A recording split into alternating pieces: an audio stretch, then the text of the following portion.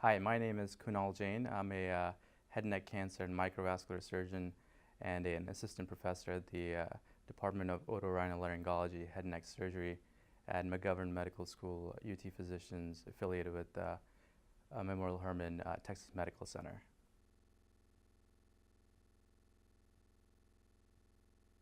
I chose to become a physician after an experience in Houston, actually, when I was 17.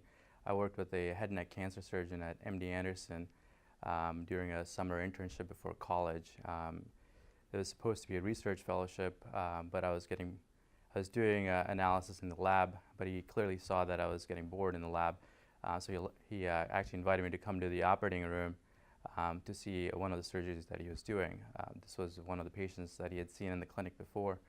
It was a construction worker who had a mouth cancer. And when I scrubbed into the surgery, the anatomy kind of blew me away. On top of that, I had really never seen a doctor kind of have that much impact on someone's life.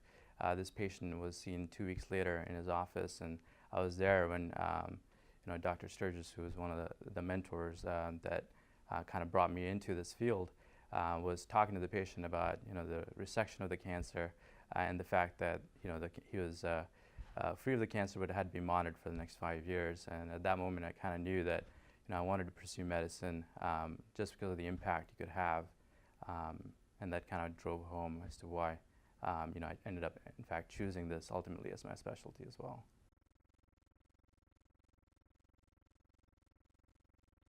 So I see patients in my office with various diseases of the head and neck.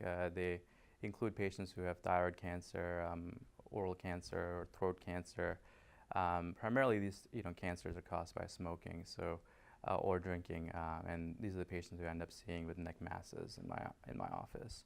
And then we, based on what stage they're at, we decide in conjunction with other doctors, including the medical oncologist and the radiation oncologist, as to what treatment that would be best suited for this patient, whether it's surgery or radiation and chemotherapy.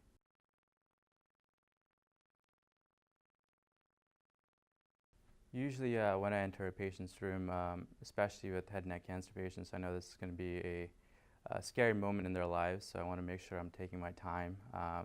It's the same thing that I would want if my parent was in the room for the physician to do. So usually when I go in, I initially start off by just talking to them about what brought them in, what kind of things that they noticed, and then kind of dive into more about their lives before I even go into the diagnosis.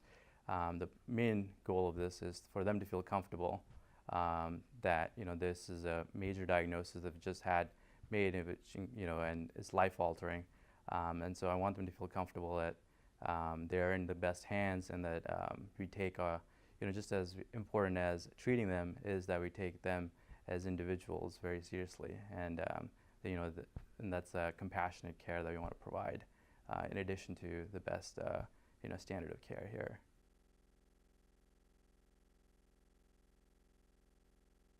Right, so set aside from the day-to-day things that we do in the hospital, in my spare time, I like to travel.